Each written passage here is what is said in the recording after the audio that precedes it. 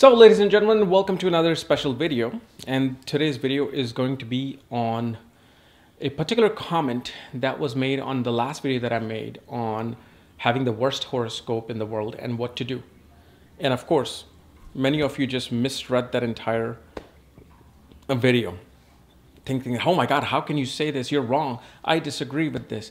Well, number one, it was supposed to be the worst horoscope in the world. Perhaps you didn't have the worst horoscope in the world. Perhaps your dasha started. Some transit came in that helped you to realize something and you started meditating. Perhaps it was your merit from past life that you meditated. And it was that particular gift that came back again that, hey, you did this in past life, perhaps try it again. It'll work for you. But, and here's another thing. My whole point was you gotta ease somebody into meditation. You can't just say, oh, you're becoming homeless in 5 days. Oh, go meditate. Calm yourself down. No, it does not work that way. You got to ease them into it. And let me tell you another thing. Meditation is nothing without doing yoga. If meditation is the gun, yoga is the bullet. One without the other is completely useless. Unless, of course, you've got hands that can throw a bullet at 1,000 miles an hour, then of course, sure, you can use the bullet with your hands. But otherwise, you need that. Without yoga, meditation will not give you the effect you want. You can go into meditation and you can fall asleep. You can be in a deep sleep in meditation because you have sat there so long. And you'll be like, oh my God, I just had the deepest meditation. But yoga is what enables the meditation to give its effect. But again, that video is for people who kind of get it.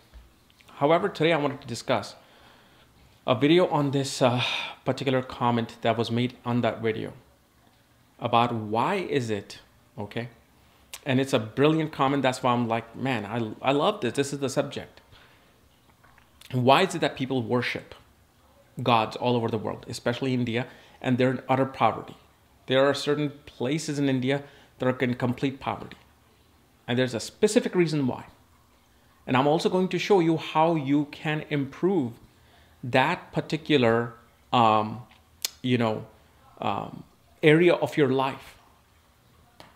And actually, come to think of it, when it comes to the worst chart, I haven't really seen a worst chart, probably except mine. I have a really bad chart, if you look at it. I have a really bad chart. The only reason I have what I have is because of my wife and my kids. It was my wife's chart that enabled me to get everything I want. If my wife decides to leave me tomorrow, and let's say she passes away in 30 years or something, I'll be back to where I am. So I know my fact, I know my truth that I have a really bad chart. It needs a crutch of my wife's horoscope that just gave me everything. So there you go. I'm the one. So anyway, let's get started with this video of why LAXMI, the goddess of wealth, does not come in your life, specifically has brought poverty all over India in the last 2 centuries, or 3 centuries, you can say. So this particular video, actually the knowledge of this video, it came to me last year by this gentleman named Shraddhalu. Amazing person. He has like literally 100 videos now. And it was one of them that I watched that I truly understood these things. So I think he can probably explain even better, but I'll try to, use some of that knowledge that I learned to help you guys since this comment was made. I knew it. I didn't want to make the video. I'm like, the man has already talked about this. But the key pointers, and I had to make this key point so I don't miss anything. Because yes, I did miss a lot of things in the video of, with the worst horoscope. Because my whole point that I wanted to start with, and this is why I have to like write them down in my phone, that my whole thing was to ease a person into it. Not just dramatically tell them to do something. So, why is it that LAXMI, why wealth has not been there in India? The most important reason is that during the colonial times in India, okay, And I know many of you now will comment in a much peaceful and a calmer way. Why? Because I am using a reference of a great person like Shraddhalu and Sri Aurobindo. These are the teaching of Sri Aurobindo. So now you're going to be like, oh, okay. Yeah, now I agree. This is how we all operate, but that's fine. As long as you get the point. Sometime in colonial India, wealth was vilified. That having wealth is unholy, unspiritual. Having wealth is bad because you're supposed to be concentrating on the bigger wealth, which is spirituality, meditation, yoga, following Sanatana Dharma. And even now, when you go to India, you see some sadhus, and there are millions. They too will tell you, reject wealth. You got to go to God. Why? Because they are probably have been taught from one lineage to the other because it was completely rejected and gone at one point. Wealth was rejected in India. So what happened is this power of Lakshmi, the goddess Lakshmi, got pissed. Said, I am not going to come and reside in a country that insults me and rejects my blessings. And you got to understand that when one god is kind of like mad, the other gods team up with them. Like, how could you say this to her? We're not going to help you either now. You got to understand, if you read Rig Veda or even Samaveda, you will understand that the gods and the deities have more drama than us. Actually, the exact same drama with us because we're replaying their life. I mean, you have Shiva taking out eyes of the Bhaga. You have Shiva coming into the yagna of, I forgot the name, and ruining the yagna. You have Indra becoming very insecure about somebody taking his spot. And he would do anything to kill that person or take care of that person because he wants that kingly spot. Their drama is up there in the celestial astral world. So don't think that, gods won't do this. No, they will. They have feelings too. So once this wealth was rejected and made unholy, unspiritual to have liquid wealth, it just went away. And that's how Lakshmi works. See, Lakshmi is a conscious, it's a consciousness being, just like Shiva, just like Brahma, just like Saraswati. And when you reject something consciously, that means you are clearly rejecting that consciousness regarding wealth. So that's one thing, that major thing that happened. So even now, if let's say you're grown up in a very orthodox family where they say, no, don't run after money. You should take care of the world. You should do this. You should give yourself in service to people. But money is evil. Money is the root of all evil. That we have all heard that. Well, it was beautifully said by him that, what about knowledge? Knowledge is evil too. You give it in the wrong hands, it becomes evil. You use it the wrong way, it becomes evil. So, don't study either. Fine, you don't want to run after wealth? Don't run after wealth. Don't run after knowledge either. Don't run after occult knowledge. You will misuse it. Don't run after tantric knowledge. Why? You can misuse it. It's an evil. So, these are the things you have to understand. Now, how is it that Lakshmi, works? And I have to, always look at my nose. So the first thing that Lakshmi looks for, the goddess of wealth, looks for, it's beauty, harmony, order, and comfort. So when Lakshmi comes into a home and you have beauty, meaning you have decorated your home, you have things in place in order. You don't have your television in the middle of the stairway. That's disorder. You have a television where it's supposed to be. You have the fridge where it's supposed to be. But also at the same time, you're bringing this beauty into the home. Decorating the home so when you enter the dwelling, which is of Vastu Purusha. Your dwelling is not yours. You may have paid your mortgage off, you own the house, it's still not yours. It belongs to Vastu Purusha. And Vastu Purusha himself wants to be in a harmonious, beautiful place, which means you want to decorate your home. And at the same time, you want to have comfort in there. So when you come home, it can be beautiful, but it needs to feel more comfortable. It can be a museum. When you come in, you want to be sitting down. You want to sit down on your couch. You want to sit on your beautiful bed and sleep in a beautiful bed, not in like some cheap bed because you think that that's wasting money. I don't want all this comfort of life because this is evil. This is where we go wrong. And none of the previous sages, none of the previous seers, yogis ever said you should reject everything in order for you to get this. There's a balance. There's a balance between the material and the subtle, the astral. We are in this material plane. There's a particular reason why we as souls have been born onto this physical plane. So don't reject it. Oh, physical plane.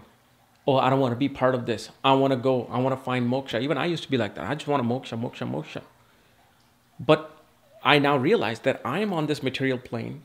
I have given this biomechanical suit. Okay, it's not a body. It's literally a biomechanical suit for my soul to do what it needs to do. So just like if God has given us a place to stay, to materialize ourselves, to have feelings, to be able to touch something, you need to respect that. And not just respect it, you need to beautify it. You need to leave it more beautiful than when you came. This applies to your dwelling as well. And I can go on and on, especially about Vastu. But it's important just to know that it looks for such things. The one thing, okay, that Lakshmi does not look for is ugliness, chaos, and disorder. Meaning, your home is cluttered. Fights within the home. Someone's doing this, someone's doing that. Nobody's in contact with each other. Nobody's in harmony with each other. There are many homes where people don't even sit on a dining table and eat together. And that's chaos. And this is something I even emphasize to my spouse. I'm like, once these girls, grow up as they are now, I'm like, I want to eat dinner on a dining table as a family. We want to do this. So I emphasize that, okay, it's dinner time. Let's eat dinner together. Then, so make sure, okay, and this is something that will literally take 2 hours for me to explain in a more detailed manner as to what all these little things mean, like disorder and harmony and beauty. There's a lot more to it, okay? And another thing, in India, people don't put Saraswati together with Lakshmi. Why is that? Ask the person, why is it that they don't do this? Why is it that we're not supposed to put them together while you're supposed to? Not because Saraswati represents beauty of knowledge, beauty of wisdom, and serenity. And when you bring these two together, these two divine goddesses, okay, that's when the energy starts flowing in the home. And specifically, there's also was a reason given by Shraddhalu why it's not a male energy but a female energy. Male energy is the one that is creating. Okay, it created. Male energy created. The female energy now implements those things. It's like, I'm Jupiter, I wrote the law. I hand it to Mars. Go and use this law to fight and to win cases and bring harmony into this disorder society, bring a civil society together. That's what it is. Then the next big point that I want to go with, okay, about Lakshmi is that money needs to flow. Money needs to flow. Money must flow. You know, a lot of those people who keep saving money. Oh, I don't want to spend it. No, no, no, no, no, no. We're not going to go on vacation. We're going to go on vacation in 5 years. We're going to, or in your mind as a householder, like, no, no, no. I need to save this money. And I'm probably just going to take them on a vacation in 5 years or something. Oh, no, no. We're not going to buy this. We're not going to buy this couch. It's too expensive. We can save that money in the bank. I've heard my parents say this. I'm sure you have heard your parents say that. Now, again, don't misinterpret this, that you should all spend your money. That's also disrespecting Lakshmi. Lakshmi does not want to be, handing out like this to everyone. But the money needs to flow, meaning that when you make money, not only you should beautify your home, beautify your environment, bring order with material things in your environment, but you should do something good for society with that money so something else is generating. For example, you have a home, fine, you beautified it, you made it look beautiful with nice paintings and beautiful couches and chandeliers, great. But also when you are supposed to be perhaps investing money in somebody's idea to bring, let's say, water run car, to bring better air quality. So you invest money, give it to the temple. And there's a thing about giving money to the temple. You're not giving money to the God. You think gods need the money? Money is just a paper. Okay, money is a paper, it's a coin. But the value behind it is this energy, this river of energy that gives it a value. That's Lakshmi. Lakshmi is the energy. So, for example, let's say I have this $10 watch on me.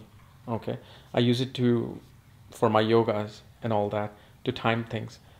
But if this watch was suddenly told by United States government that this particular watch and this particular model is now your currency and it's worth over $50,000 each watch and you can exchange it to do things. Well, suddenly this $10 watch now has the energy of Lakshmi. It has now become a very valuable currency instead of just being a $10 watch. So in that same manner, money must flow through in areas where it can grow. And in the temple, when you give the money, it actually comes back to you with interest. It's like your savings account. See, people think, oh, Kapiel, what are you talking about? Bank is where you have to save the money and they give you interest and all that. That particular money that you give back to God for giving you life, for giving you sustenance, for giving you just ability to breathe, the prana, it's coming back with perhaps 300% instead of the 2% that the bank gives you. I think I rarely even know any bank that even gives 2%. So make sure that when you have money, you got to flow it. You got to give it into the economy. So instead of taking one vacation every 5 years, you must take your family once every year and have a vacation. Have a comfortable life. Breathe. This is why God has made death the most unpredictable thing. So this way, not only you do your spiritual practices because you don't know when it's going to end, but you also deal with the material side and love the material side because you don't know when it's going to end.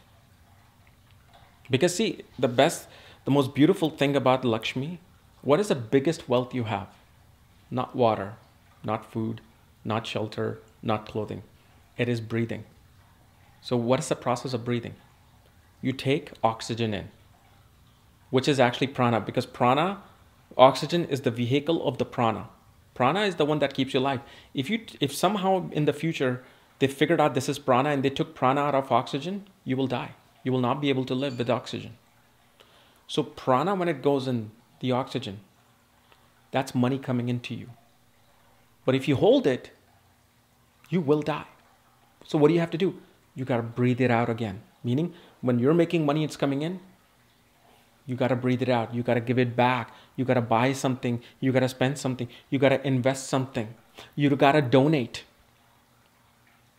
And I truly get it when people say that when you give money or give something to someone, it gives you more joy than when you buy something valuable to you for yourself. Like, I just actually donated my telescope. I don't know if you guys remember, I had a telescope. I used it, I mean, in the video. I bought it for $800. And I gave it away to this father, this Indian father who was looking for something cheap for his daughter who's young, and she wants to know about the stars, wants to know about this. And my wife's like, you're not using this, especially because the motor needs to be replaced. So I'm like, you know what? Just give it away. And then she's like, oh, there's somebody who's looking for a telescope for their daughter. I'm like, okay, give that to them. When the father came and I saw the joy in father's eyes, when he saw this big telescope with like a professional tripod and everything, I'm like, great, happy. I'm happy I did this. And which actually then I asked my wife, you know, should I donate a telescope to my girls' school so they can learn about the star? But then I realized, no, they're too young. And you have to go at night. And I don't know if any parents is going to go, but I'll probably do that once they're in like middle school or high school, you know. So knowing just the breathing in is your money coming in, and breathing out, the money is going out. You must spend the money, but also not spending wastefully. So if you try to breathe out like, well, if you keep continuously breathing out, out, out, how are you going to live? You won't. At one point, it'll go away. So you got to breathe in again, which means you should have sustenance. You should have savings. But don't just keep stacking it, stacking it, stacking it. Because if you do not spread it out, it goes away. So why India has been in poverty for all this time, finally it's kind of like coming out, people are realizing, is because we rejected LAXMI as a bad thing. We vilified LAXMI, and yet we pray to LAXMI. Everybody's going to a temple, LAXMI, on Diwali Puja, LAXMI, please help us, help us. But then within a week, you're like, no, don't take that money. Don't do this. No, we're not going to spend this money. No, don't buy that. That's stupid spending. We need to save money. So again, you just by doing this, you're insulting LAXMI's energy. And it's okay. It's not your fault, and it's not my fault. Because when you don't know, when you don't have a knowledge of something, ignorance sounds bliss. And whatever our parents teaches us, that's what we think. Save, save, save, save, save, save, save, save, save. Spend very little. If a person saves like, let's say, 50 lakh rupees or $100,000, they'll spend like maybe 500. Some people are like that. Okay, let me just buy something for 500. While if you saved up 100, you should be giving out at least 10,000, 15,000 for yourself and for other people. Perhaps even 20,000. Because once you do that, well, LAXMI is like, oh, you are utilizing me in a perfect way. Let me give you more so you can give out more. That's why. So worshipping all these gods is fine. You're worshipping them. But it's the same situation as I said in the beginning of the video, the gun and the bullet. You've got the gun. You're praying, you're worshipping, give me something. But the bullet is not there. You're not following the principle to get something. You follow the principle and you will see how things manifest in your life. Okay? So for those people who are struggling financially, and I don't even want to talk about the horoscope, as much as this channel is about astrology and horoscope and yogas and dhan yoga, you need to start implementing these principles which a person with the dhan yoga actually implements automatically. Perhaps in their past life, they understood this. They came in this life with that mentality that this is how I'm going to use money, and the money flows to them. But here's another thing. The only people who will do this are the people who are probably supposed to get wealth pretty soon, who are supposed to get money soon. And you just heard this video.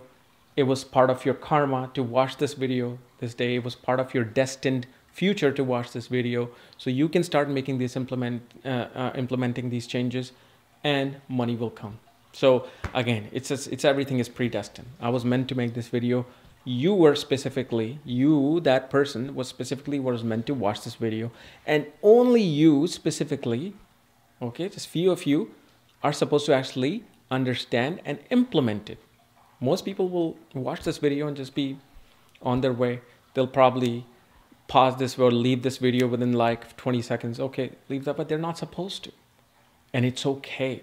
Some souls are very new. Some souls are old. So, and one thing you will know about the newer souls, they're very much into the material attachment. Oh, I need to have this material attachment, whether it's love, lust, fame, wealth, cars, this and that. Then there are people who are extremely towards, no, I don't want wealth. I will do everything for free. I don't value money. As soon as you say, I don't value money, well, of course, it is going to leave. That energy is going to, it's like, you don't need me here. I'm going to go somewhere else.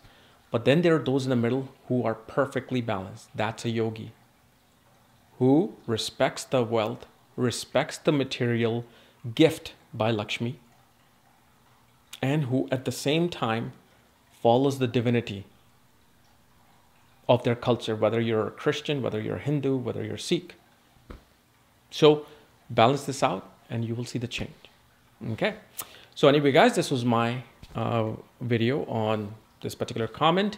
If you're new to my channel, subscribe below. And if you want to know what type of a horoscope you have, if you have done yogas and wealth giving yogas, check out the links here. Check out my full astrological report on the shop section, through my books, consultations, and link to my academy, Vedic Astrology Academy, where I actually teach you whatever I've learned and practice. So anyway, we'll see you later. Bye-bye.